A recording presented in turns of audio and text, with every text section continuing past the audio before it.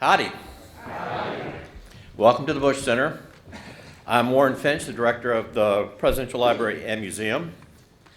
I'd like to welcome you to tonight's program, recognizing the 25th anniversary of Operation Desert Storm, specifically the Battle of 73 Easting, the last great tank battle of the 20th century. I'd like to thank Fred McClure, the Foundation Director, who is here in the front row. Thank you, Fred. And also General Ramirez, the Corps Commander. Thank you for being here also. There you go. It's great to be an Aggie. Tonight's panel will be moderated by Lieutenant General Retired Don Holder. There you go again. Among his many commands, General Holder served as the 65th Colonel of the 2nd Armored Cavalry Regiment during Desert Shield, Desert Storm. That's a period piece right there. Well, this is what could go wrong, right? During which his regiment led the 7th Corps attack against the Iraqi Republican Guard. He graduated from Texas A&M University. There you go. In 1966, and is a member of the Texas A&M Corps Cadets Hall of Honor. There's a much more extensive biography in your program. Welcome, and welcome to the podium now, General Holder.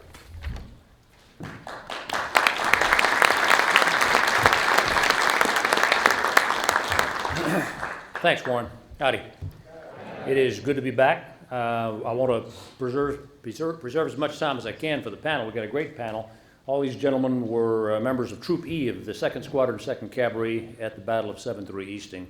And I'm going to give them very brief introductions, but their biographical information is in your program, too. We have Lieutenant General H.R. McMaster, now the Deputy Commander of the Training and Doctrine Command for Futures, who was, on this date 25 years ago, in command of Troop E, 2nd Squadron, 2nd Cavalry Regiment. H.R. is a distinguished American, has done great things for the country, and is doing them still. In later life, he wrote the best book on civil-military relations in the Vietnam War that we have, Dereliction of Duty, which you should know if you're there. I see a copy in the audience. And he subsequently became commander of the 3rd Armored Cavalry Regiment and served with distinction in Iraq, not just once. We also have Lieutenant Colonel retired Tim Gauthier, who's the 3rd platoon leader on the night of the battle 25 years ago. Tim has deployed since then to the Balkans and to Kuwait, retired as lieutenant colonel, and has since worked at the Georgia Southern University in firearm safety and instruction. We have Command Sergeant Major Brad Feltman, who at the time was a Bradley gunner in the 1st platoon of Eagle Troop. Sergeant Major has deployed a couple of times since then as well, and retired from the Maneuver Center of Excellence at Fort Benning a few years ago. Mike Rhodes was a cavalry scout on the day of. Mike is now working out of St. Louis with the Army element of Transcom. I won't try to say it's the Surface. Tell us. Surface Deployment Distribution Command Transportation Engineering Agency. No one else can say that. Nobody else can say that. And finally, Matt Lee, who is an archivist here at the Bush Library, has an MA from A&M and a BA as well, and he was Bradley driver during the Great War. So these guys have great insights at the tactical level, and I hope that you'll get the opportunity to ask them some questions. They're each going to speak in turn. I'm going to precede them with a very quick overview of what was going on in the regiment and the 7th Corps at the time, so you understand the setting of the battle and what the nature of the fight was. There we are. Oops, now I'm working it too well. You see Kuwait on the right of the screen out on the water, and you see General Schwarzkopf's and Prince Sultan's forces arrayed south of the border in Saudi Arabia. Desert Storm was a huge operation. It was much bigger than Iraqi freedom, and the 7th Corps, of which we remember, was the biggest armored corps the United States has ever put together. It was a massive operation. You had opposite Kuwait, the Arabs and the U.S. Marine Corps' 1st MEF between a couple of Arab forces. And then in the west, the 7th Corps, where you see the blue arrows, which indicate the general lines of the main axis of attack for 7th Corps, and west of that, the 18th Corps. So we had a big force. 2nd Armored Cavalry followed the stripy blue line there as a covering force ahead of 2 armored divisions. I'm going the wrong way. 7th Corps was huge, as I say. I won't give you a lot of information on that. You can see how many people were in it and what its consumption factors were in the little gray box. It was over 1,500 tanks, and it had 4 heavy divisions as its maneuver elements. The 1st Infantry Division, the 1st Armored Division, the 3rd Armored Division, the 1st Armored Division of the United Kingdom, and then we were 2nd Cavalry, boxed in gray up there. We were its reconnaissance and security force. We functioned as a covering force for the left hook. Corps was also well equipped with artillery, aviation, engineers, the support troops necessary. It was a big organization. General Fred Franks was in command of that. Darn. Wasn't supposed to be easy. The casualty estimates for the operation were very high. They were too high. And I don't think anybody in the desert really believed that. After we'd been out there for a while and had some experience with the Saudis, a little bit of contact with the Iraqis along the border, we were all very confident of ourselves. But the regiment was projected to take up to 50% casualties in its mission. That's what the regiment looked like in Army schematics. The regiment was a force of about 4,500 soldiers. It was just about doubled with our attachments in Desert Storm. And our job was to provide security for the divisions of the Corps and reconnaissance for the Corps commander, tell him what was in front of him, push in the other side's security forces, and make contact with the main force of the Republican Guard. For that was 7th Corps' mission, to go around the defenses of the Iraqi army and destroy the Republican Guard. Echo Troop, Eagle Troop, was one of 9 cavalry troops. You can see the cavalry troops tinted in light blue down under the squadron diagram. Cavalry troops had 2 scout platoons, 2 tank platoons. The gentlemen here today were in scout platoons in every case, 6 Bradleys in a scout platoon, 4 tanks in a tank platoon. It was a pretty robust company-size organization. Each squadron had 3 cavalry troops. We had 3 ground squadrons, armored cavalry squadrons. We also had a regimental combat aviation squadron with scout helicopters and attack helicopters, and we were reinforced with a brigade of artillery, a battalion of Apaches, and a battalion of engineers. Interestingly, we had worked with the 82nd Engineers and the 210th Brigade for years in our plans to defend West Germany and the NATO defense scheme, so we knew those units very well. Regiment brought a lot of equipment. It was a big outfit, but it was spread out over 20 to 30 miles in the operation. And the idea, of course, was to scout, find the enemy, push in his security, not to bring them to battle. That was the job of the heavy forces. 7th Corps' plan of maneuver was like that. The main attack was to be conducted by the 1st Infantry Division, where you see the double arrow. It was going to penetrate the defenses along the border. And then 2 other armored divisions, the 1st and the 3rd, were going to sweep west of the defenses, led by the 2nd Cavalry Regiment, and engage the Republican Guards who were positioned up around the Kuwaiti border. Those are the divisions up there that have the names: Tawakkana, Medina, Hammurabi. Those were the guys that we knew about. And we didn't think they were going to go anywhere because we had air superiority in theater, and the Air Force had been working on those units for about 30 days by the time this attack began. I'll set the scene for the battle we're going to talk about, because we're going to go right down to platoon level and company level very, very quickly. General Franks, the Corps commander, had the 2nd Cavalry Regiment moving northeast against almost no resistance. I mean, we went around the Iraqi defenses. So we hit the 26th Iraqi Division. We hit units that repositioned in front of us. And we picked up a lot of prisoners and pieces of units that were drifting away from the fight. But the main fight was to be with the Republican Guard, and the Corps commander was dead set on forming a fist of his 4 divisions. He wanted to bring his 4 divisions together so that he could deliver a coordinated attack on the Republican Guard. This would take some time, and the time it took got him in a little jam with General Schwarzkopf late in the operation, which you may know about if you've read the history of the thing. But General Franks had not been told it was going to be a 100-hour war. General Franks was told to destroy the Republican Guard. And so he was bringing his divisions forward to do that. On the day of the 26th of February, he turned the whole corps due east. We'd been moving northeast. Moved us to the east. He brought the 3rd Armored Division around our left. The 1st UK Armored Division was to our right, and he intended to bring the 1st Infantry Division up to the center, pass them through the regiment, and into the attack so that he would have his 4 divisions going into the attack together. 1st Armored was even farther north. Our limit of advance was the 6-0 easting. We're going to talk about 7-3 easting tonight, but we were told to go to phase line Tangerine, the 6-0 easting. Eastings are just grid lines, north-south grid lines on a military map. And we were going to pass the 1st Infantry Division through us at that point. And at that point, we had begun to encounter the security forces of the Republican Guard. We knew they were Republican Guard because we were seeing BMPs and T-72 tanks, which was the equipment of those elite divisions. 1st Infantry Division took a little longer to get north than the Corps Commander anticipated. Passage lines was first to be at 6 o'clock, sorry, then at 8 o'clock at night, and it finally occurred sometime between 10 and midnight. But in the interim, the Corps Commander, was waiting and didn't want us to remain stationary, so he told us to advance to the 7-0 easting.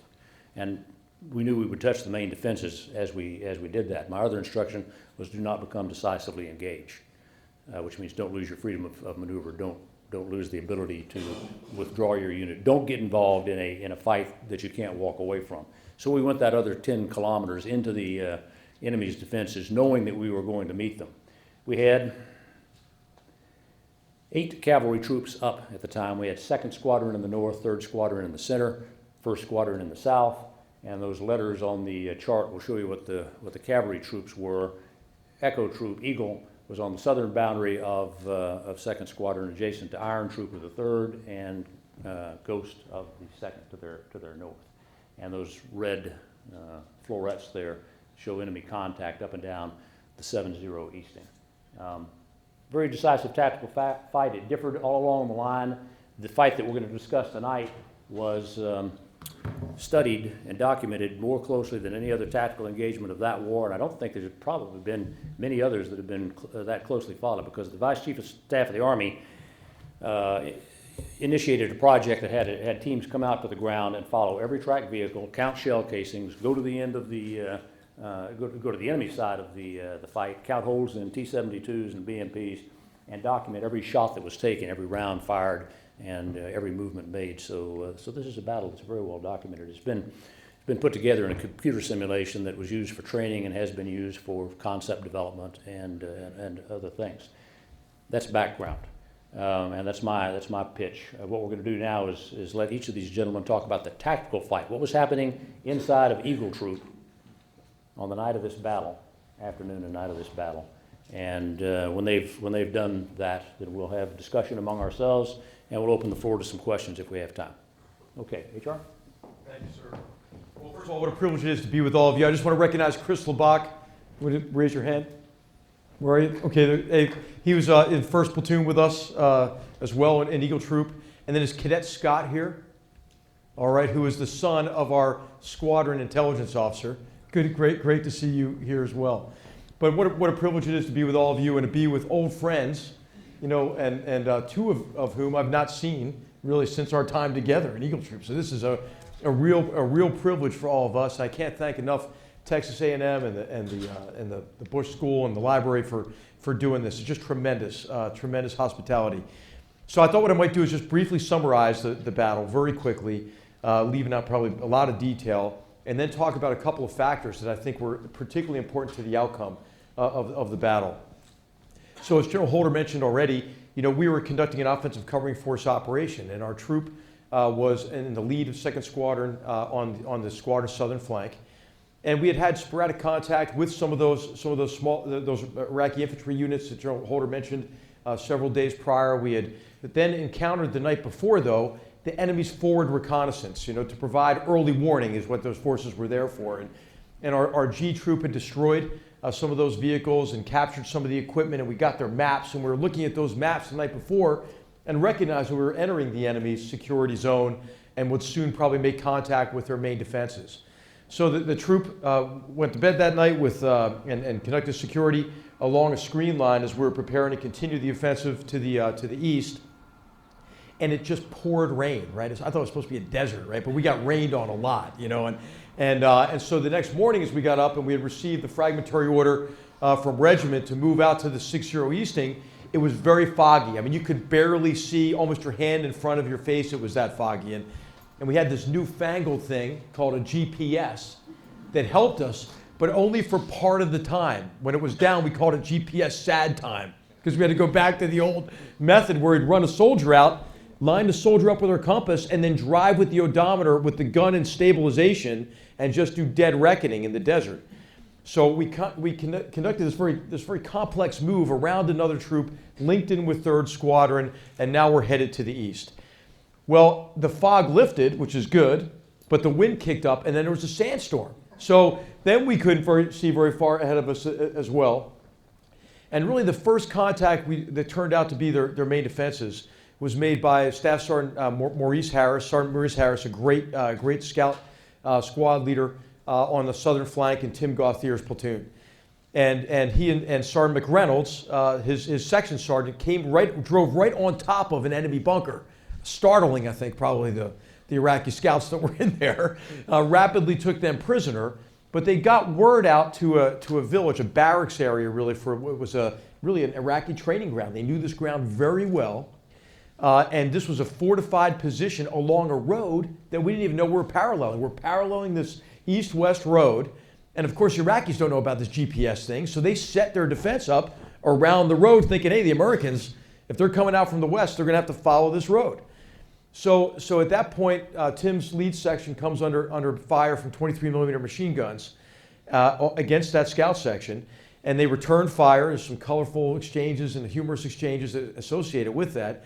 And then we brought our 9 tanks up and lined them up on line. Tim fired a tow missile, anti-tank missile into the center to mark the center of that defensive position.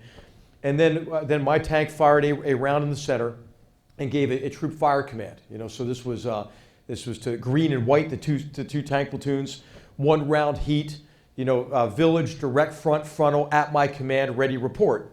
Ready, fire, 9 main tank rounds impact into this village, effectively suppressing the enemy position, at which point we get a lift on our limit of advance to go from really where we'd been at the end of the 6-7 to begin to move over to the 7-0 Easting.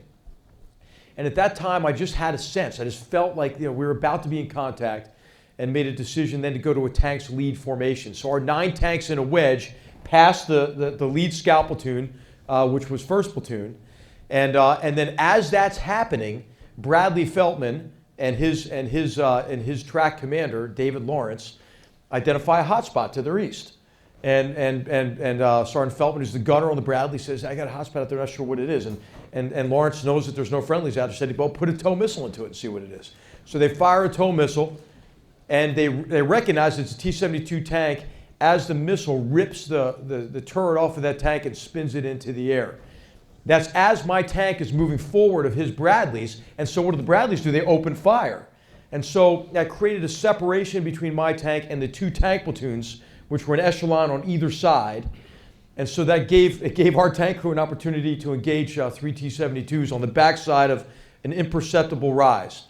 And what was striking about the battle is, and we all remember it this way, is that we couldn't see, and then we crested this imperceptible rise, and like a curtain lifted. We could see the enemy defensive position, and we saw an enemy brigade in a defensive position, and then immediately went into an assault. We delivered a very strong blow against the enemy, especially when the 2 tank platoons came over.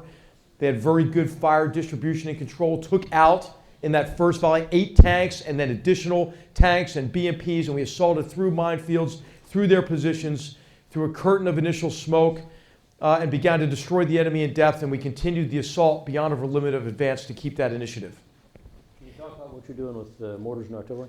Yes, sir. So as we made contact, I just recognized that there were going to be enemy forces in depth. So immediately we called for fire, and we're at the 7-0 is where we make contact. So I called for fire at 730-025, which would be in the middle of our zone of attack, 3 kilometers deeper, to be able to isolate the fight we're in from enemy forces in depth. That had a good suppressive effect on the enemy that were in reserve positions further in the rear, greater confusion for that enemy. Our mortars were moving directly behind the scouts and then moved up behind us, did not fire initially, but as we consolidated after destroying 18 tanks that were in a reserve position, that we surprised them by, they were trying to move out at the time. They couldn't move out fast enough. We entered their assembly area and shot them at very close range, 300, 400 meters, which is like a knife fight, for tanks. So we consolidated those gains, and we talk more about the specifics there. We used our mortars to suppress enemy positions. We brought up a psychological operations team. We took the first 42 of what would then be hundreds of prisoners that night and the next day. We defeated an enemy counterattack of a company plus size, destroyed everything within the range of our guns, sent a section from 1st Platoon up to make contact with G Troop. They encountered some additional tanks and destroyed them. And then, of course, there were fights on either side of our troop. I Troop on our right flank, G Troop on our left that developed subsequent from that assault. But it was a lopsided victory. Okay, we destroyed about 50 enemy tanks, 20 some other armored vehicles. We killed hundreds of enemy infantry. We lots of other trucks and other vehicles, and thank God suffered no casualties in our troop at all.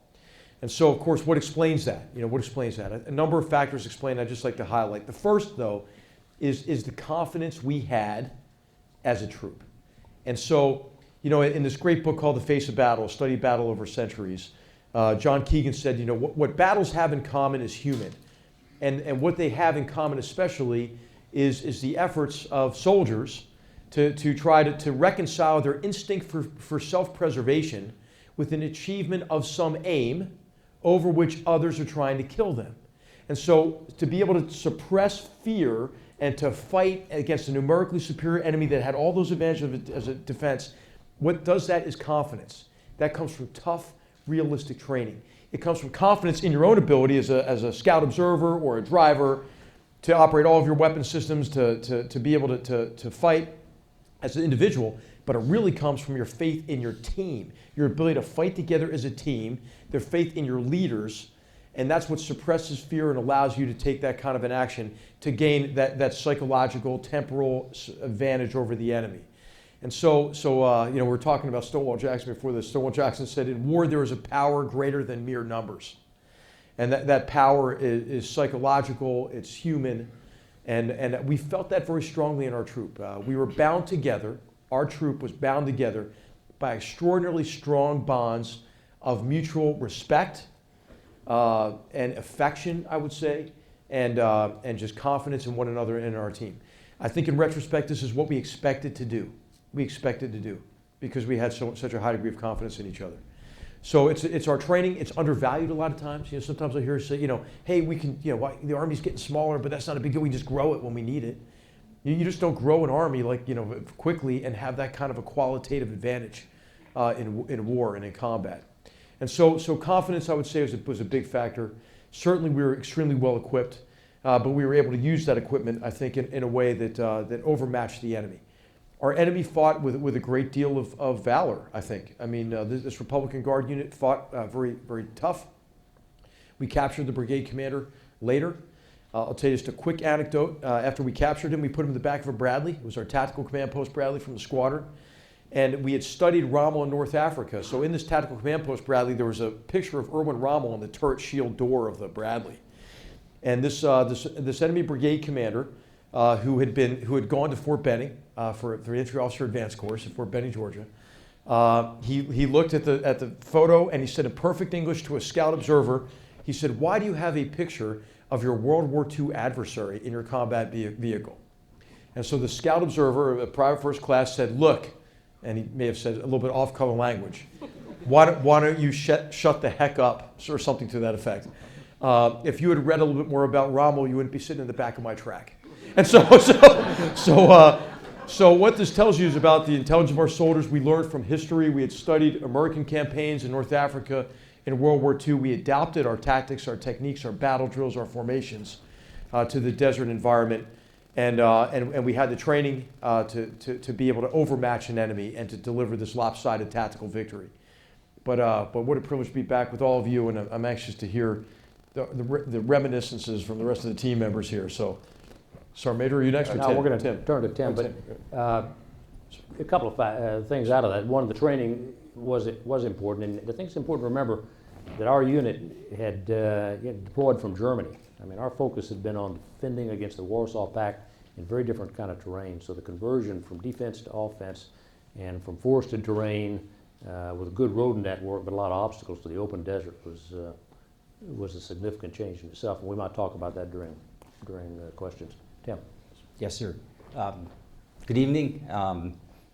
Thank you, Matt, for inviting me. I couldn't say yes fast enough to come here and participate in this discussion. During my time in Eagle Troop during the Gulf War, I was a 3rd platoon leader, call sign Blue 1, with 6 Bradleys. Both Matt and Mike were scouts of mine. And our tactical mission, as part of the troops mission, we conducted a moving flank screen to secure not only the troop but the squadron's exposed flank because we were ahead of everybody else. So initially we started on the left flank, and then the night of the 25th, after we got the Frago, we repositioned in a sandstorm to the southern flank as 3rd Armored Division came up on our northern flank. And the repositioning was an operation in itself because of the inclement weather, and fortunately we were able to quickly carry it out, and we began our movement. And you know, I was thinking to myself at the time that everybody else in the troop, all the other platoons, had some form of contact up until this point as we advanced through the security zone, and because of our responsibility to be looking outwards and maintain contact with our adjacent units, we had not had that opportunity as we made our initial contact. And so it was a concern in the back of my mind, not in a lack of confidence in my soldiers, but just that this was going to be the first time for them. And based on the enemy situation, we anticipated that we were through the security zone and we're going to make contact with the main body. So as General McMaster pointed out, at the 68 Easting, we encountered a built-up area of some cinder block buildings, and we were task organized. I chose, after talking to my platoon sergeant, traditionally platoon and platoon sergeant served together in the same section, but because of the mission we had, we broke that up. I took the 3-5 track as my wingman, and he took the Charlie section because I had absolute confidence that no matter what happened ahead of them, that section would carry out their mission, maintaining contact with I Troop to our south. So as we came upon the village, and village is probably an overstatement, but the collection of buildings, it wasn't apparent that there was anything other than infantry dug in there to begin with. And as already covered, we secured 4 prisoners, and our 3-2 track brought them back to the first sergeant's vehicle. And as that was happening, before Sergeant McReynolds even had the chance to return, and it was only a matter of a few hundred meters. I mean, our trains were tucked right up inside the troops' fighting elements. We began to take fire. I got a report, my lead track, 3-3, Sergeant Maurice Harris, great scout. His initial contact report was not nothing you'd read in the manual, but it was like, "Sir, they're shooting at me." And my response was, "Well, bleeping shoot back." And immediately directed my gunner to begin firing 25 millimeter AP into the cinder block buildings. Made initial contact report, which began the battle drill, well-rehearsed battle drill, a punch right, and we had practiced this endlessly in the desert, both at the squadron level and at the troop level, to quickly open a gap wide enough for the tanks to come online and apply all their firepower at once. So as then Captain McMaster was repositioning the tanks, we began to take the village under fire, began firing tow missiles. The way we were set up in the platoon is Within each section, we had a primary tank-killing Bradley and a secondary one who is responsible more for troops. And the reason that is because in the gun system in the Bradley, you can load 2 different types of ammunition. And one holds 300 rounds, one holds 80. So if you're primarily a tank killer, you're going to have all your AP rounds on that side. If you're, his wingman, you will have HE, which is for use against troops, and that's the way we were configured. And so our TTP was, our technique procedure was to use one Bradley to suppress tanks with 25 millimeter AP, destroy their optics, external fuel cells, things like that, keep them suppressed, because in order to fire the tow missile, the Bradley has to stop and raise the tow launcher, and is very vulnerable at that point in time. So that kind of describes how we organized ourselves for combat, and it paid for itself when we actually did encounter the enemy. So we immediately began firing. As soon as I fired those first rounds, it was like throwing a light switch. The whole platoon just immediately began to engage. And really at that point, they required little direction from me other than to mark the center of our engagement area and to our platoon standard engagement, frontal engagement was, I would work the center, and then the 2 other sections would work from outside to inside. And we suppressed the village, tanks came online, destroyed most of what was in the village, and then reoriented and, of course, moved ahead of red. At the same time, as HR and the tank platoons crested the ridge, we were finding ourselves getting compressed backwards towards the troop trains because of the village itself, and lost visibility with the tanks and the lead scout platoon as we came past the village. And as we did, I have a very vivid memory of coming around the corner, and my driver just stopped.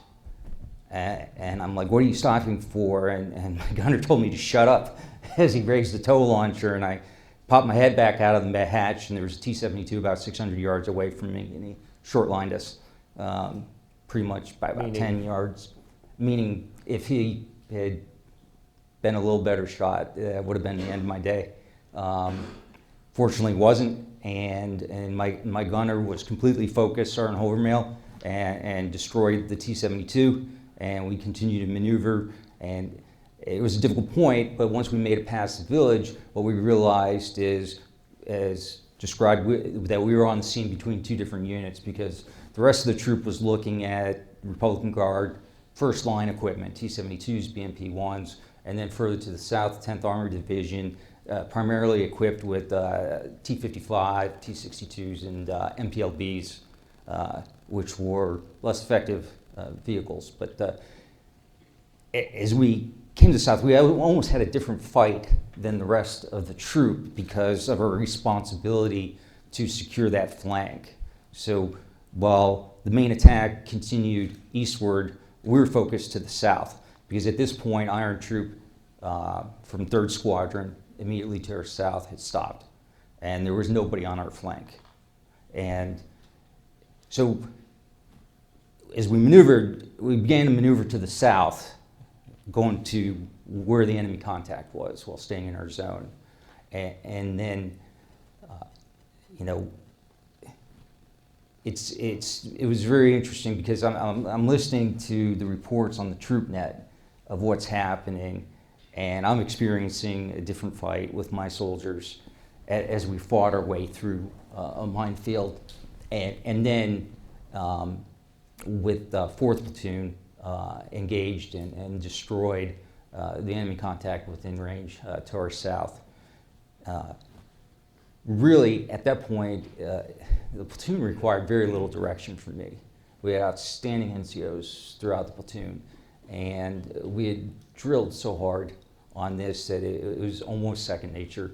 And we continued to follow, as we destroyed the brigade reserve and then secured, we pulled into a 360 troop coil, and we were responsible for the south and east portions of the perimeter, and immediately began searching for any positions we bypassed. We had a report that there was a mortar position.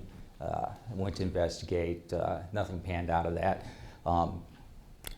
At that point, my concern shifted to where was Iron Troop, because we had lost contact with them. They were still back at the 6-7 would be my best estimate, and night was falling. And throughout the night, because of our position in the perimeter, we had limited contact, unlike the tanks that were facing to the east. And it was very, very difficult to establish communications with I-Troop because they began to advance in limited visibility and were decisively engaged themselves. And eventually, we were able to coordinate a restricted fire line, which is, in this case, was an azimuth. Just got on my track with a compass and said, okay, I know where their forward line trace is, I know where ours is. Okay, we don't fire south or west of that, and you guys, I gave them back azimuth. I said, look, you cannot go past this azimuth as you come forward. And it was a key anti-fratricide measure that paid off as they continued the advance. So what do I take away from it? Well, the first thing is within the Armored Cavalry troop, usually you start as a tank platoon leader. You have to earn a scout platoon, and I thought that was a great system because it gave you a very good understanding of what the capabilities of the tank were and how it should be employed, both individually and as a platoon. So I knew their capabilities very well, and there was a great deal.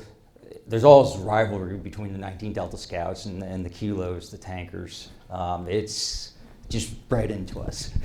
But that did not extend to the battlefield. The trust between the leaders of each of the platoons and the soldiers freed us to focus on what we were assigned to do without having to look back over my shoulder or to check to see what another platoon was doing, because I had absolute faith and confidence that they would do their job, and they did.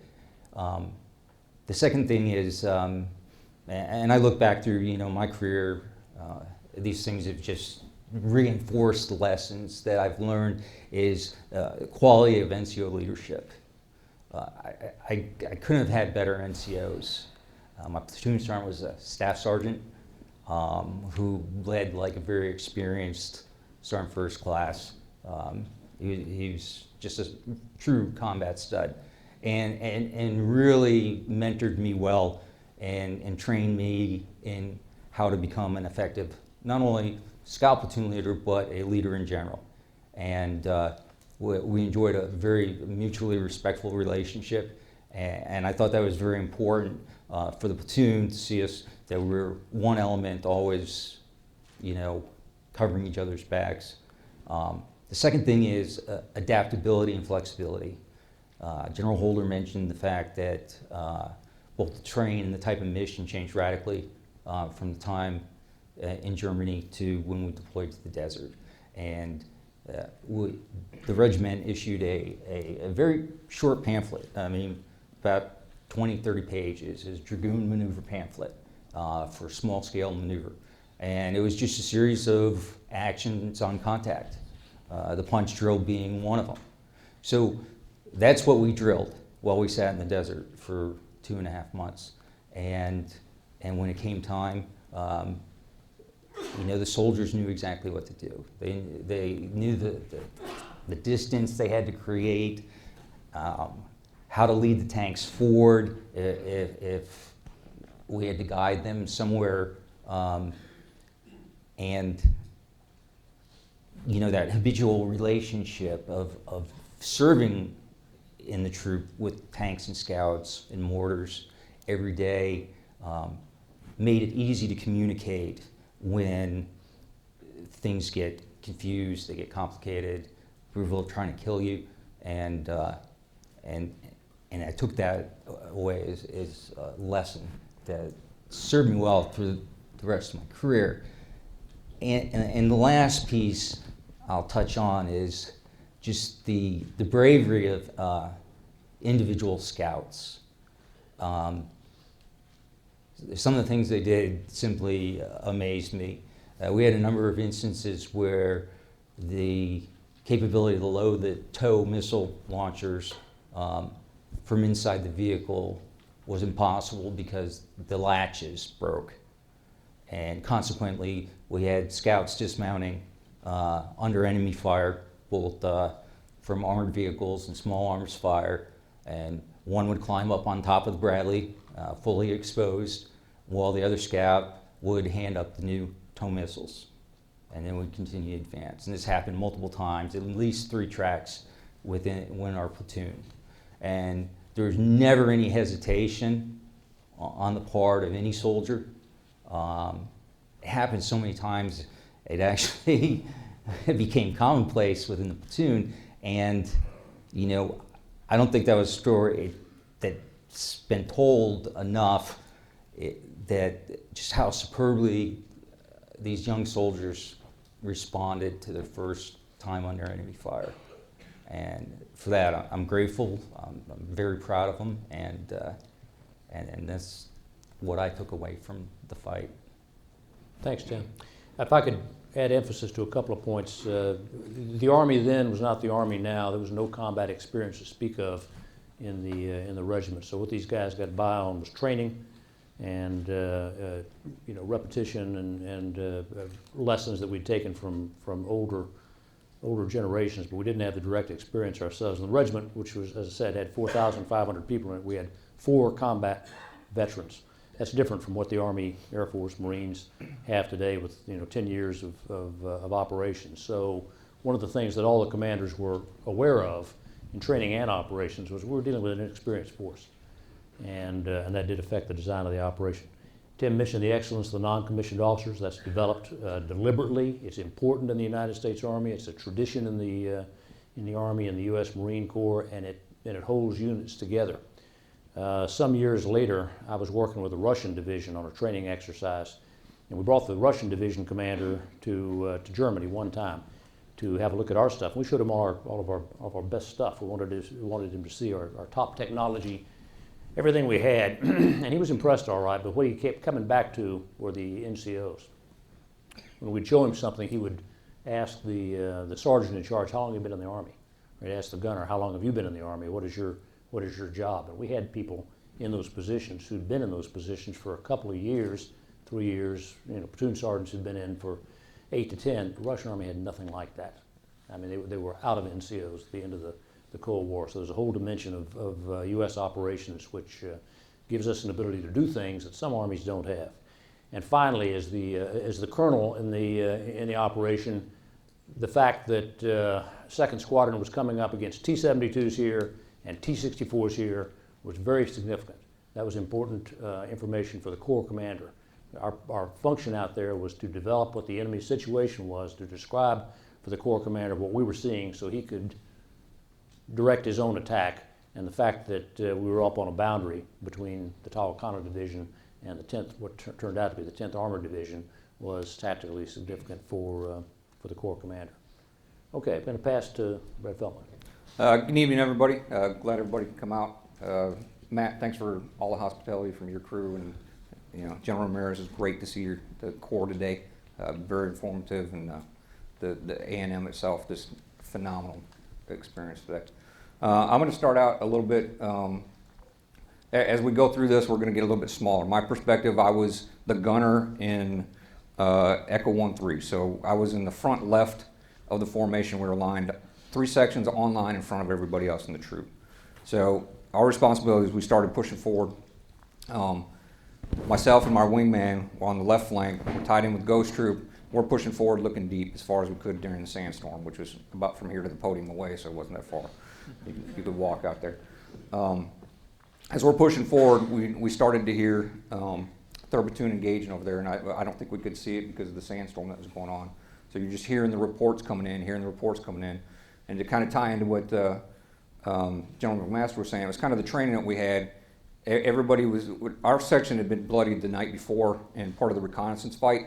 So we'd actually dealt with some MTOBs and about a platoon of dismounts on the ground and a bunker that somebody shot a tank round into that was out there, which it worked. So we'd actually been bloodied a little bit, so you know, it's the jitters that were there, and Chris can attest to this. It was a pretty hyped night that night. We didn't get a lot of sleep before we started pushing the next morning. But as we pushed forward, our job was basically to look deep and to make sure that we stayed tied in with the Ghost Troop on the left flank as a section. So as we're pushing forward, we're hearing 3rd Platoon on our right flank. They're engaging. You know, you hear periodic traffic on the radio that they're engaging. Engaging. As we continue to scan, they're firing their stuff. You hear all 9 of the tanks fire, which is pretty awesome because you couldn't see. You saw the flashes kind of through the dust storm as we're looking back that way. And we noticed some hot spots that were out there. And I think it was about 1,100 meters at the time. It was just starting to clear up just a little bit, but we couldn't really see for sure. So, and we had, at the time, we had the fist track with us. Lieutenant Davis was behind us, so he was trying to get deep. We had a little bit higher ground than what everybody else did. Fist track is? It's the B fist track, I'm sorry. It's the B fist track. It's the actual fire support officer that sits there. He's got his, what is it, the FLIR? The GLID. So he's got the GLID. He calls indirect fire in support unit. So he was right behind us, so he was in there trying to see what we could see. He was having some problems with his GLID, so he couldn't see as well as we did, but he was mad because he didn't get to shoot stuff. So he got over it. He shot plenty of stuff later. As we're going in, we got a little bit closer and we started identifying. We actually saw 2 tanks or 2 hot spots up there. I shot a tow missile into one of them. Our wingman, Sergeant McGee and Moody, they shot another one. That's when then Captain McMaster, we started pushing the tanks forward. As part as the tanks are going forward, our Bradleys, they passed through the Bradleys. So our Bradleys were sitting stationary as the tanks pushed through. And what nobody's really talked about yet is, you know, there's tanks out there, there's a lot of dismounts, there's a lot of BMPs, so they had a lot of infantry support. So as we started pushing through with the tanks, they were starting to pop up behind us. So we had a lot of infantry guys that were popped up, coming out of little rat holes that you didn't see, firing AKs, which weren't really doing anything. But some of them had RPGs. And Chris, you can attest to this. We had a little Spidey in the back with the port weapon out the back, trying to shoot guys, trying to shoot us as we're going by them. So we had very distinct battle drills that were going inside the track. So everybody had their own sector. I was the gunner, so I had the main gun, so I had the biggest sector. So Lawrence was popped up so he could see what he could as the weather cleared just with naked eye. David Pronte, who was driving, he had all the stuff, or the close stuff, and off on his left side because of the way the periscopes are aligned. So he had his sector they had to watch. And then the 2 guys in the back, Chris and Bagasso, they had their own sectors on each side of the track that they would watch as we're going through. And it was like that throughout the platoon. Similar to what Blue did, we had our track set, so we were either AP heavy or HE heavy, just depending on what it was. I was an AP heavy track, and then I was heavy on tows also. We carried some extra tows in there, which made sleeping in the back of the Bradley a little bit impossible. Yeah, So. a lot of these people don't know. Would you talk about AP and HE just? AP is the armor-piercing round for the Bradley, and then the HE is a high-explosive round, which has about a 5-meter burst radius when it hits. So it's a pretty devastating round, and you can fire 200 rounds a minute. So you're throwing them out there pretty quick. And then the tow missile, of course, is the anti-tank missile that we have on the Bradley. As we pushed forward, we got through the reserve and everybody was consolidated. We were trying to get Ghost on the radio, couldn't get Ghost Troop on the radio, so Lieutenant Petchek came over, grabbed our section, and our 3 tracks took off to go link up with Ghost Troop. So as we're moving down there, we ran into 4 or 5 more tanks that were sitting out there that were moving back and forth between us and Ghost Troops. We ended up taking those 3 out, or those 4 out, and then finally linking up with Ghost Troop.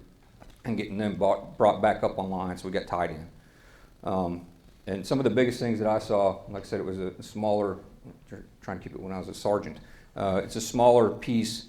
As platoon drills, we did platoon drills all the time. We did company troop drills. We did the squadron punch drills, but we also concentrated specifically on the crew battle drills, on responsibilities and everything else. We were very competitive within the platoons, we were very competitive against each other. Because at the time, I don't know if you remember, but I was the squadron top gun. I was the squadron top gun. At the time. No, yeah, next gunner, because then Moody, my wingman, took it then. So it was very competitive across both the scout platoons and within the tank platoon. But the biggest takeaway that I got from that is the competitive spirit. The NCOs that we had were just amazing at the time. Probably me excluded at the time because I was just a little dude. But some of the guys, we talked about Sergeant Lawrence. He was a very colorful guy because of the form that we're in. I'm not going to repeat anything that he said in that turret because it's not appropriate. So, but he got the point across, and I probably learned more from that man in that short period of time that I worked for him than I did the rest of my career when it came to small unit tactics and how to fight a crew. And just quickly, when I was a first lieutenant scout platoon leader, David Lawrence was a squad leader in my scout platoon, and then I had the privilege of serving with him again as a senior scout and as troop commander. But a great scout. It was your fault. Great scout. No, I learned from him. How to talk, right? Yeah. And then I think my biggest takeaway from that is I think I was 22 at the time, so I was pretty, I wasn't as young as these two guys were. It was still my first unit. I'd been there. I was getting ready to leave. Yeah, I was getting ready to leave as soon as the squadron drew down. But through my career, and I just retired last year after 28 years, that platoon, that crew, that troop, and the way the squadron ran were what I based what right looked like my whole career. So, and I fought with some amazing Americans, and I've been in some amazing things. But if I could do anything in my power to make sure that they kind of mirrored just the camaraderie and the training and the competition that was there, that was always the goal that you had in the back of your head as you were going forward. So that was my biggest takeaway, just because of the small unit training that we did. That's what made us as lethal as I think we were. We tried to build that into the regiment. We had a unique situation in that in addition to our defensive mission in Europe, we also had the border mission, surveillance on the Iron Curtain.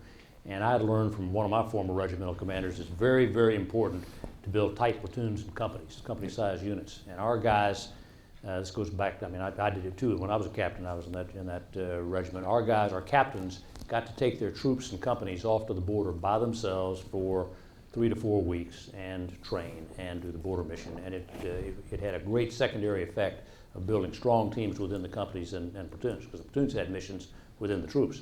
When we went to the desert, when we deployed south to Saudi Arabia, I distributed the regiment the same way. The troops all had, troops, companies, batteries, all had their own areas. The object being to make the company commander, give him full authority and responsibility for what he was doing, and to have the troop consider itself as an independent element. So everything we did tried to promote that kind of spirit. And then there's the business of competition, which I really advise to the guys just going into the service, whatever service you're going into. Soldiers love to compete, and they like to compete at what their core mission is, whether it's being a tanker, artilleryman, scout. And we had arranged things in the regiment, something else we've been doing for a long time, to recognize the top third in everything. Best platoon, best troop, best squad, for mortars, scouts, tankers, all that kind of thing. There's some method in that, and soldiers like to do it, and you hear echoes of it even after the battle. Okay. Mike.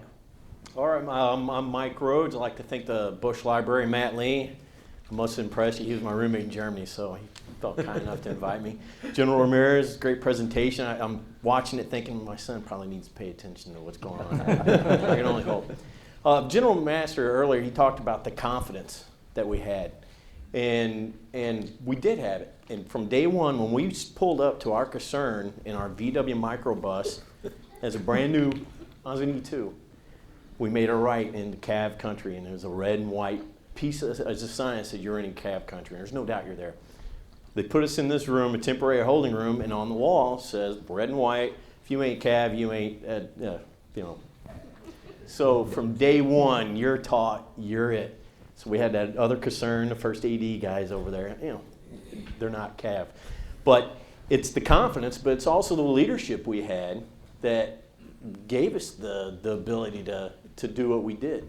And I'm going to be scattershot, but I want to say right now, it was the leadership. I mean, we trained, but you know, I was on Eagle 3-4 with the platoon sergeant, so I had the ability to listen to the fight through the troop and also the platoon. And General McMaster, calm on, I mean, you know, within reason, he was pretty calm on the radio after contact. But I remember Colonel Gauthier, the T-72 short lined you. I remember him saying on the platoon, yeah, we just killed the T-72 short line. It's just, you know, really relaxed. So I'm sitting here listening to this story. I'm thinking, you know, if I had a tub of butter right now, or popcorn butter, it'd be like listening to a movie. So that's how, I mean, it's the leadership. I mean, we knew we were okay. We made contact, and we're going to do this. So Sergeant Major Feltman, he talked about how the battle's getting narrow, and he's giving those smaller. My view of the battlefield was about a 4x9 piece of glass in the back of the hull. And last night we were swapping war stories. There's turret people and hull people. I'm a hull person or a Jaffo, just another observer. And that was my view of the battlefield. But I think for me, the battle started probably, I guess, the 6-0 Easting. And it was in the sense that something's going to happen because we got out, we stopped for refueling, and we filled up. And the storm was raining, but you could feel this energy in the atmosphere. It was kind of like, you know, a late spring thunderstorm. There's something coming. So I'm standing back there, I'm stretching, and all of a sudden I hear this tremendous roar. I jump to the ground, scurry back in the Bradley, and I look up back, and I notice it's Howell Battery. They just fired a volley. And I observed, gun tubes are elevated pretty high. I'm thinking, there's something really close to us. You know, we didn't hear the impact, but we're going to make contact. So we get in the back of the Bradley, we crew back up. Sergeant McReynolds, he makes contact. And I remember hey sir, this guy's shooting at me. Well, shoot him. You know, and it's like, oh, hey, we're here. It's time to do what we were sent out to do. So the battle starts. I'm listening to TroopNet, and General McMaster was telling a story earlier or during dinner that another sergeant, 1st Platoon, had with him, and there was part of the story. You can tell the story better than I can, but you said the sergeant said you will make the right decision at the right time. So the battle, we start getting in this general engagement. I'm listening to TroopNet, and you know we're starting to take fire, and I don't know the timeline, but it seemed pretty near instantaneous. And I remember you saying tanks forward. And that's when, I mean, it was no sooner you said that, it seemed like contact tanks front, and it was on. So Eagle 3-4, we were on the right side, we're on the screen, so I think we were 5th in line. So we're moving through the battlefield.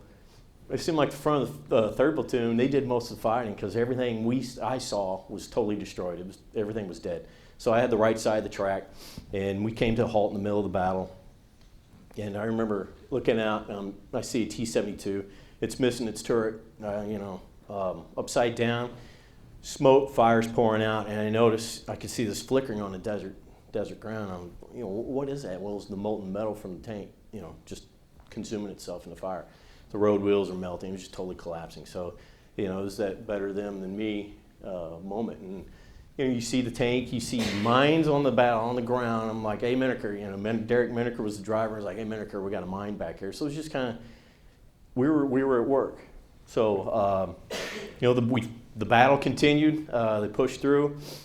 I'm losing my train of thought here, but in 3rd Platoon, the back part of the track or back part of the formation, the troop, they just totally destroyed everything. So we were back there looking for dismounts, trying to do the play possum, pop up and try to shoot us, and they'd like to kill a Bradley. I mean, that'd be the easiest thing for them to destroy. So later that evening, we go into our defensive coil, and it was heavy rain that night. I relieved some of the guys up in the turret, And we passed first ID through. I listened. Like I said, I had access to the troop net, and it was like a play-by-play. I could hear, yeah, go ahead and shoot them, with artillery or the mortars, and things like that. And then last night, another one of my tangents here. We're having our war stories, and I think Lieutenant Davis, sir, you were calling in. I think it was MLRS strike. It was cannon and rocket, both, yeah, right. And I'm listening to TroopNet, and this is during the battle. And, Lieutenant Davis would repeat the grid coordinate, well, yes, yes, yes. I don't know, maybe a minute later or instantly you said, check fire, check fire, yeah, check yeah. fire. He read back the wrong grid. Yeah. It was like our grid. It was us. It was us. Would have been unfortunate. So, instantly I'm thinking, Marines die. A-10s took out a bunch of Marines. Then fratricide. Then it came to the point in the battle, I wasn't worried about the Iraqis. I was more worried about our own guys because, Iron Troop, they were behind us and they were looking for hot spots. So, I had a concern of friendly fire. It kept on, it seemed like an eternity almost. I called it 20 minutes of hell. I don't know. I wasn't timing it, but it was a quick battle. But I wanted to tell another story about, during this fight, we had fear, but I think my initiation to it was while we were in the screening prior to the Corps moving up, there was this false report of an Iraqi brigade coming across the battlefield or coming across the border. So they scrambled us out, and you're giving a frago over TroopNet. So here I am. I'm scared. I'm like, oh my God, this is armored combat, toe-to-toe with the Iraqis. So I start doing something. So I start loading the M60, 7.62 ammo. I opened up the troop door and started throwing ammo cans out. And I'm like, okay, I might need those later on. And then I realized this troop door is not going to close easily. So we, probably a good 15 minutes, I'm wrestling with this troop door, or the troop door in the back. Dust is pouring in, Sergeant Caudell, he's, in his mannerisms, he asked me what I'm doing. And so I'm preparing for battle, Sarge, and come to find out, it wasn't. It was a false report. But that initial, that thought of making contact, that was, and even though we didn't, that was my crucible, so to speak. So, my takeaway of the battle is coming down here, and this is, I'm an engineer, so I like tangents. So I was at the rental car place, and the lady's like, oh, where are you going? Shug, like to say in Texas, right? And so I'm going to College Station. Oh, what's down there? I said, well, I'm going to, Bush Library. Oh, she kept on prying. I didn't want to say I'm going to a forum here for 73 Easting. And so I'm going to a forum for 73 Easting. She goes, what's that? Well, so it was the tank battle I was in. And then, she's like, well, did you lose anybody? I said, well, no. I said, we pretty well, we handed it to them. And I told her, I said, well, it's good to be the king. It's good to be the king of battle. And I meant as in the United States Army. We own that battlefield. She looked at me and she goes, well, aren't you an Audie Murphy? I thought, how do I recover from this, No, I'm just going to take my car and leave. So, she probably looked at me because she knows, I'm from St. Louis, Missouri. I don't think I'm a Yankee, but she probably like, yeah, Yankee, red leg. But,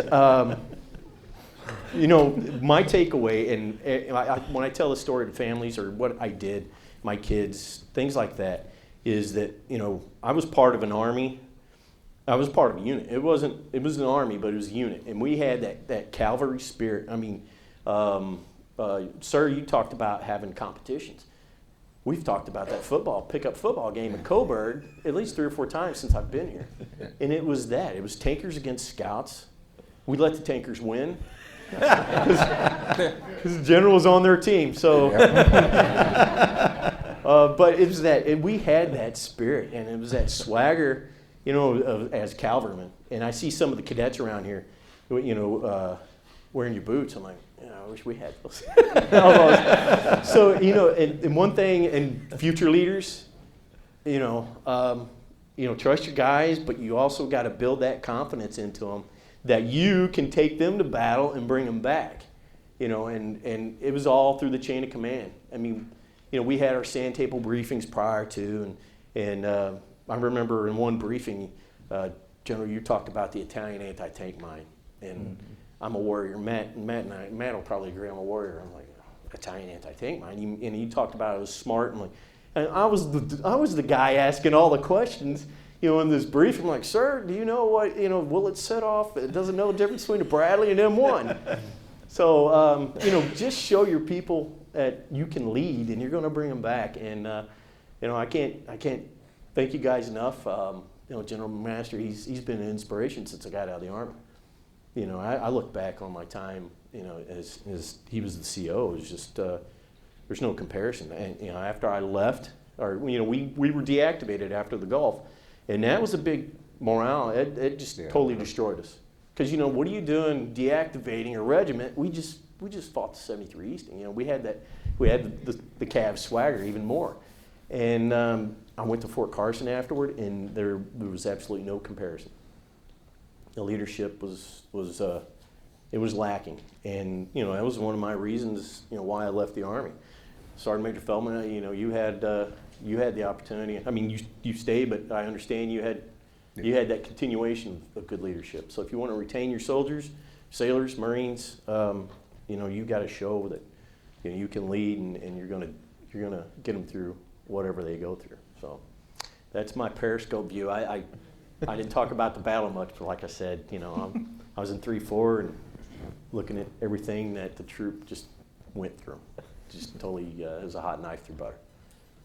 A little swagger's not a bad thing.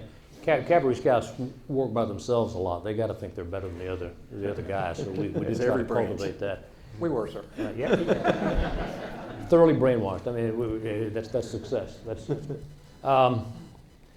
You triggered a couple of thoughts. One was that no-notice drill we did on the false report of the Iraqis crossing the border. We were sitting out on the east side of Saudi Arabia on a screen line at that time. The Egyptian division was up north of us, and when we got alerted to go to Saudi Arabia, to Desert Shield, we put together a training plan. We started right there. We changed our mission essential task list from defense to offense. We laid out a training plan that went from individual to collective training, and we kind of roughed out a schedule for what we were going to do with the time that we thought that we had. And we were into that in early January when we got this report, which turned out to be false, that the Iraqis had crossed the border and were coming into the Egyptian division sector. And the whole regiment responded. Aviation, all 3 squadrons, but it probably took 40 minutes. It got clarified that fast. But we looked at each other, the sergeant major and myself, at the end of that and said, this was really a pretty good deal.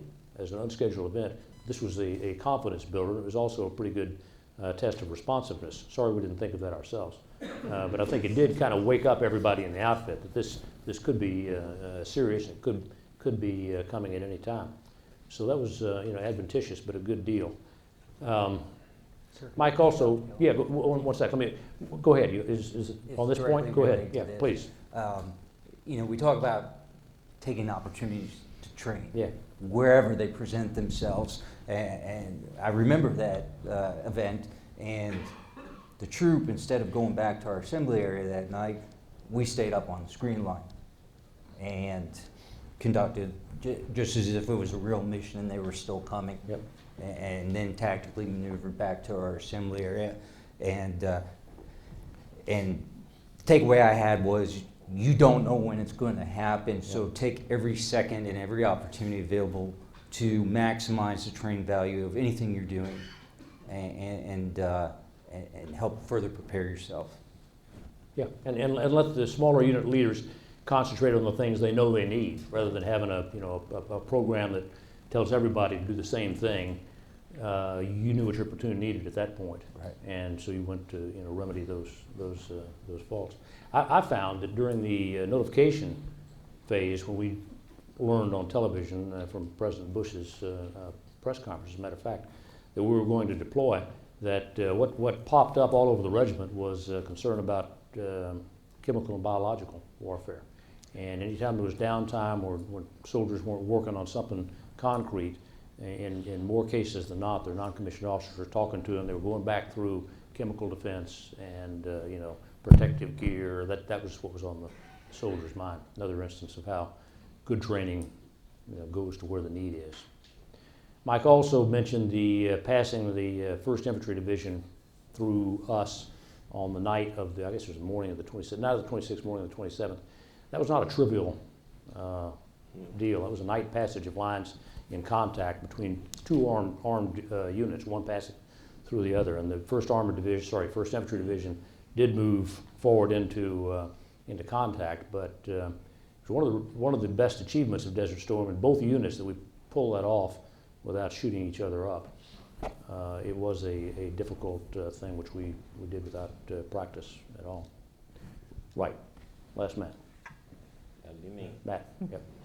Thank everybody for coming out tonight, and I just want to say what an honor and joy it is to be back with these men again. It's been too long. Glad to see everybody, and thank y'all for coming down for this. My view, I was a Bradley driver in Tim Gauthier's scout platoon, and my view, kind of like Mike's, was limited, but it was even more so. I only had a platoon net on the radio, so I only heard what was going on in the platoon. So I had no idea. When everybody else knows we're maneuvering to contact with the enemy, I didn't know that. I was thinking, I've been driving into Iraq for days and we're not seeing anything, and I began to wonder if this mythical Iraqi army really even existed. I'd heard rumors of some of the skirmishes around other parts of the troop, but we weren't really seeing much of anything. And on top of that, from my Bradley hatch, I had about a 9 o'clock to 1 o'clock view. This is all I could see was right here. So on the day of the battle, we got stopped to refuel, and like I said, I wasn't expecting anything. And I'm hanging on the side of my Bradley pumping in some diesel, and First Sergeant Bill Verrill comes up and hits me on the leg. Go get him, Lee. And I thought, go get who? I don't understand exactly who we're getting here. So I said, hoo-ah, First Sergeant. Finished fueling up and got into my hatch and did what we'd been doing, seemed like for weeks, was just driving. And so as we approached the 7-0 and that town, Sergeant McReynolds was my wingman, and like General McMaster said, we had hit some bunkers that scared out some infantry that decided it would probably be in their best interest to stop and surrender. So Sergeant McReynolds, I remember laughing. Gallows humor is very popular in the Army, and I remember laughing as he just slung these guys up like rag dolls on the front of his Bradley and took them back. So I'm kind of giggling, and all of a sudden I start noticing these fireflies coming. And then that's when I got up on to Sergeant Maurice Harris, and I said, Sergeant, I think we're taking fire at 1 o'clock. And that's when he says, sir, they're shooting at us. Well, noted. Here's what I suggest you do. So, in another language. So, at that point, we engaged. It was a ZU-23. Yes, through 23. Yes, it's been 25 years. And so we're engaging that, and the troop moved up and put the rounds into the town. And all of a sudden I look, and I was the lead Bradley in 3rd Platoon, and the rest of the troop was gone. So Sergeant Harris says, Matt Lee, we got to go catch up. We're hanging out here in the wind. So I punch it, and we crested that rise, and all hell was breaking loose.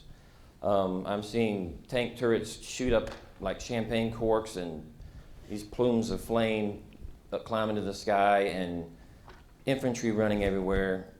And I realized I'm probably driving through a minefield, which we were, and every instinct in my body was to punch the gas and get out of there as fast as I could. But this is where we talk about this training kicks in. I've got to keep a steady firing platform for my gunner. I've got to make sure that the green platoon tank that's in front of me that's firing perpendicular to me does not shoot me. I've got to make sure that I'm watching what's going on and my surroundings, and I can only see this much of it. So it seemed like we were going 2 miles an hour, and we stopped a lot, as I recall. It seemed like it wasn't just a steady move. And then I noticed that there was an Iraqi infantryman kind of running at an angle to me. And these stories that Mike and others had talked about, we had been told during the fights with the Israelis that the Iraqis would pretend to either surrender or be dead, and then they pop up behind you with an RPG. So I was determined not to let him do this, so I determined I was going to grind him under my Bradley. But I got about literally 3 feet from him, and I realized he wasn't even on this planet. I've never seen such a blank stare, and I realized this guy's not a danger to us. So I don't think he ever even knew how close he came to dying that day. I just went around him, and we continued to move forward, and my Bradley is engaging off the southern flank. And I'm continuing to watch what's going on, and I don't know what possessed me, but I pulled out my little Kodak and I started taking pictures through the periscopes. I guess I wanted to document what was going on. And Future archivist. yeah, it was a portent of things to come. So we were passing by a burning T-72. I could have almost reached out and touched it. It was so close. And I just had this terrible smell of, you knew what it was. It was burning hair and flesh. And there was a couple of other guys, or at least one guy, he had been blown out and was just hanging there and was just burning. And you saw this everywhere. It was, when Mike said it was absolute destruction, I mean, that doesn't do it justice. I mean, it was the most destructive force. I'll never see anything like it, I'm sure. And it happened so fast.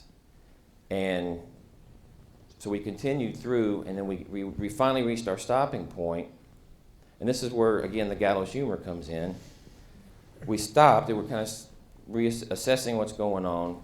We're trying to figure out, are we going to move again, or who's where? And I look way off in the distance, and I see this little speck, and it keeps getting bigger. And I get on the intercom, and I said, Sergeant Harris, there's somebody coming. And they just kept driving. I realized it was an Iraqi truck full of troopers on the back. Yeah. And he just keeps driving towards us. And I'm looking around, I said, certainly he's got to see what we see. And he just kept driving straight for us. He got about, 25 meters to us, and he finally, I saw on his face, it clicked. He realized what he was seeing, and his eyes got about that big, and we all just unloaded on him, and they were popping out of there like popcorn, and that was about the last action. We pulled forward, and this was the second time that I wish I could find these guys and say, hey, you owe me, because I had my pistol on a bunch of these guys and waiting for our observers to come back and take them. And he went like this real fast. And were you on the ground there, sir? Yeah. And I oh, no, you don't. And I came real close, but I quickly realized he was just scared. He was just trying to show he didn't have anything on him. And it was just reinforcing the quick decisions you have to make. I hate to think that I had to live with that the rest of my life if we had searched him and found he didn't have anything on him. But those are the kind of, and I echo Mike again about the training. I told Warren this story. I had written home when I not first got to our unit, but I'd been there several months.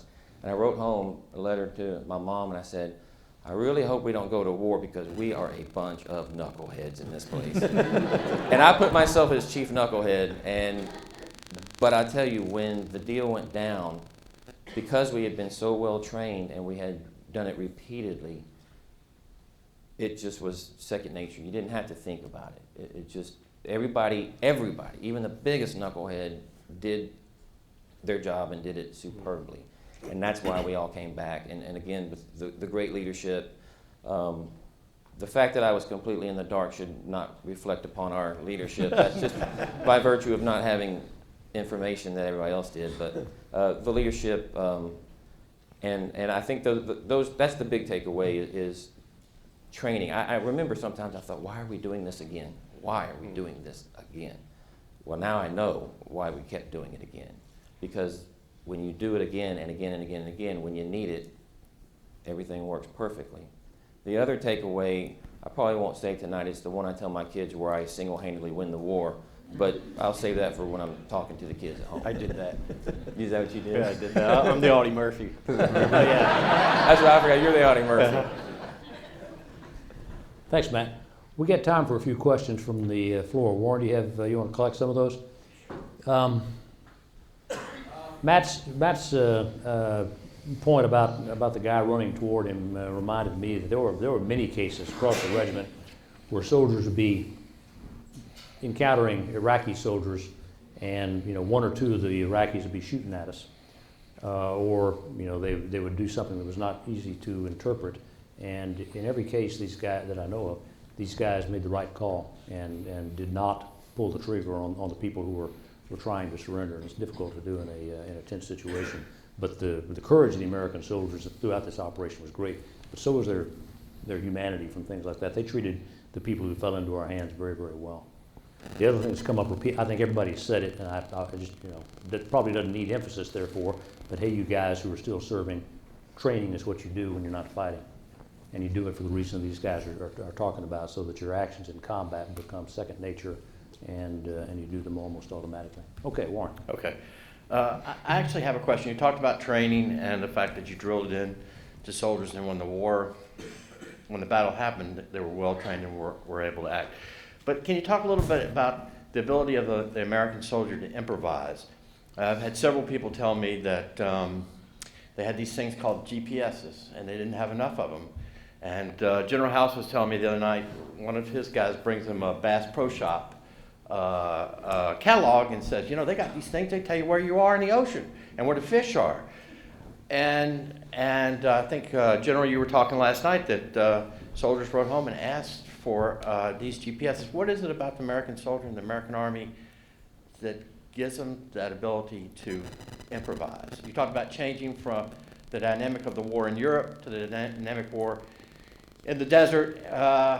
What is it about American soldiers there?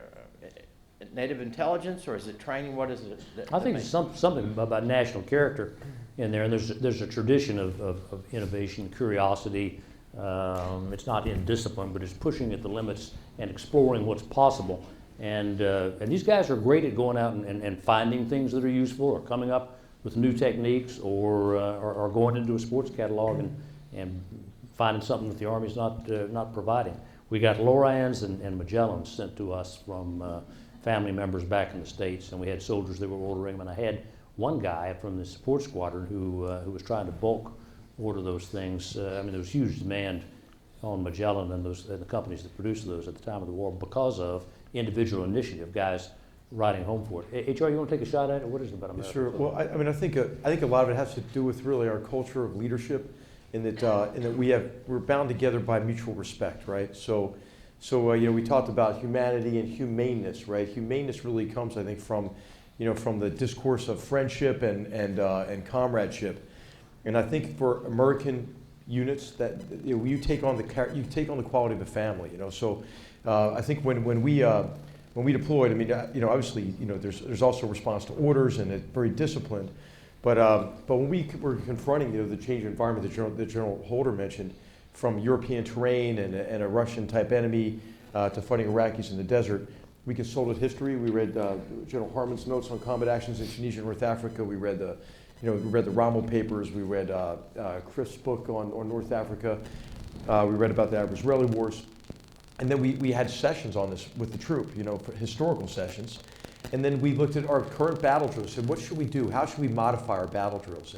And we designed our formations and our battle drills. We made this little book called FM 100-Eagle, we called it, where we had our standard operating procedures in there. But we did it collaboratively. So I think there's a culture of collaboration. And I think it's a sense of, it's also an important sense of sort of humility. There's nobody who really, I think in our Army, thinks that they have the answer to everything, right? And what it takes is a team. You have tremendous expertise across your organization, across scouts, tanks, mortarmen, mechanics, and you're a fool if you don't tap into that expertise and free people to take initiative. And then, Pardon me. Yes, sir. Yeah, now there's a good leadership point to come out of this too. Well before Desert Storm, post-Vietnam, when the Army was being drawn down to nothing, you guys may see something like this. It may not be that severe. But in the wreckage of Vietnam, when everything was in poor shape and morale was shot, we had some great leaders in the Army who very deliberately came up with a new approach to doctrine and training. And they cultivated an idea in the Army that we are going to train to a high known standard, uniform across the force, and we're going to listen to everybody. That's where the after-action review came from. I'm talking about General Depew, General Gorman, and the National Training Center experience, in which for about 10 years before, was it 10 years? Say 10 years. Before Desert Storm, the Army had gotten very good at doing a training exercise and sitting down and saying, all right, now, what was wrong with that? And everybody got to talk. And I think that built in the non-commissioned officer corps and the body of soldiers in general, the willingness to talk and the willingness to think about what's going on. But that's a deliberate effect of leadership, of somebody saying, I want that feedback, we're going to accept it, and it's okay to tell your boss there's a better way to do it. So some of this came to us, I think, by design. Yes, sir. So can I mention something? While I've got General McMaster here, I'd be remiss if I didn't, I hope I don't embarrass him, but I'd be remiss if I didn't bring this up. We were talking about leadership. There's a lot of things behind the scenes about leadership to be a good leader that don't get talked about or don't get thought about. And something that has stuck with me all these years that has nothing to do with the war, has nothing to do with training. But when I was preparing to discharge from the Army, I had been running around posts, and we had half the post was on leave because when the war was over, people were going on leave, and nobody really wanted to do anything for a while. Everybody just, hey, we won the war, let's just kind of take it easy for a while. I couldn't get my papers. I was trying to out-process, and I couldn't get my orders to leave. And I was checking in some equipment, and an NCO, I can't remember who it was, but he was asking me about, well, why are you still here? And I told him, and General McMaster overheard. And he said, and it's true, he said, wait right there. And then he went and got his cover, follow me. And he walked with me several blocks down to the personnel office and read the clerk the riot act, who didn't want to get my orders for me, and lo and behold, they just happened to be sitting right there on the corner of his desk. And he picked them up and he signed them, and then it wasn't but 2 days later I was finally on my way out. And I've always appreciated that, and that's the kind of thing that real leaders do. And I know there's a lot of guys here and gals from the Corps, and I hope that you think about that in the future. You think about, leading, it has a very broad definition, and that's the kind of thing that you can do for your those under you that will make them want to follow you anywhere. So. Well, another question, we do have quite a few future officers here in the auditorium tonight. What advice would you give those future Army, Air Force, Marines that are going to join our service? Anyone? HR? Well, I'll be quick because I want to hear from all. There will be valuable perspectives from all of you. First of all, I think accept your responsibility. I think that whenever you see if there are breakdowns in discipline or moral conduct or standards in the unit, it's oftentimes because the leader decided not to lead. So recognize that you're going to be relatively new as a lieutenant, but lieutenants are not novices or apprentices, they're combat leaders. And so that you've got nobody else is responsible for the combat readiness and effectiveness of your platoon but you. So that would be the first thing that I would say. And then the second thing is to uphold those standards, to challenge your soldiers, a lot of the things that you saw today, and then forge a very strong relationship, with your platoon sergeant and your non-commissioned officers. The combat power of our Army comes from sergeants leading soldiers and lieutenants leading platoons. And so what you want to do is you want to build, strengthen, and preserve that chain of command. If there's a problem with a soldier, in a unit, say to your soldier, hey, go get your sergeant, and keep and preserve that chain of command. And ultimately what will happen is if you set those high standards, if you challenge your soldiers, they'll begin to take pride in their accomplishments, and excellence will become self-sustaining in that organization. And you'll know you've succeeded when you have a new PFC in a unit, and then you see a specialist or another PFC say, hey, that's not the way we do it in this unit, that's not the standard. And you'll know that you've got that kind of a unit. Tim, you want to take a shot at that? Yes, I would. One of my big takeaways from my experience in 2nd ACR was, and there's been countless articles written on mission tactics and mission-based leadership. And I strongly believe and have, since I was a lieutenant, to tell the soldier what effect you want them to achieve. So don't tell them to go to a specific position on the map. Tell them you want them to observe that NAI, that named area of interest, and why you want them there. And then let the NCO in charge of that vehicle, that team, that squad, figure out how to satisfy that requirement for you. Spoon feeding the answers will get you through an FTX, maybe. it won't get you through war. Brad, what's the Sergeant Major take on that? The biggest thing I'll say is, in my last job, I had a pretty distinct or a unique position as an armor bullet sergeant major. So I saw, for 2 years, I saw all the armor bullet lieutenants come through here. So biggest takeaway I got is, you know, the General hit it on the head. You were a platoon leader. You were in charge. However, the Army is not an army of one. We are always system teams at one way, shape, or form. Be it two-man, your buddy or your battle buddy, your crew, or whatever. You're never going to be the smartest man in the unit, and you're never going to be successful if you don't enlist the help of somebody else.